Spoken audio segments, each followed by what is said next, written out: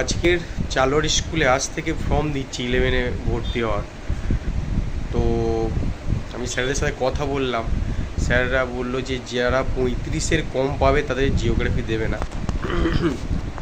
আর geography যারা নিচ্ছে তাদের ভর্তি হতে নিচ্ছে 850 টাকা করে। আর তার মধ্যে আর একটা ইনফরমেশান দিই, ফর্ম তুলতে গেলে লাগছে 100 টাকা করে, এই টোটাল খরচ।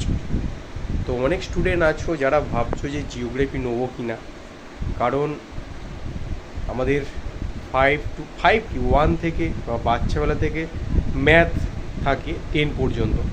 অনেক স্টুডেন্ট রয়েছে যারা ম্যাথে খুব দুর্বল, তারা কি করো যে যখন মাধ্যমিকটা হয়ে যায় খুব আনন্দ পাও যে আর ম্যাথ করতে হবে না, আর্টস গ্রুপের যে সমস্ত ছেলেমেয়েরা।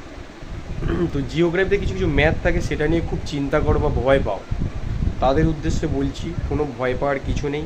জিওগ্রাফির ম্যাথ খুব ইজি প্রসেসে করাবো, আর খুব ইজি, কোনো প্রবলেম হওয়ার কিছুই নেই। তাই বলছি যারা ভয় পাচ্ছ যে জিওগ্রাফি নেবে না বা নেবো কি নেবো না, কনফিউজড হয়ে রয়েছো, তাদের উদ্দেশ্যে বলছি কোনো প্রবলেম নেই।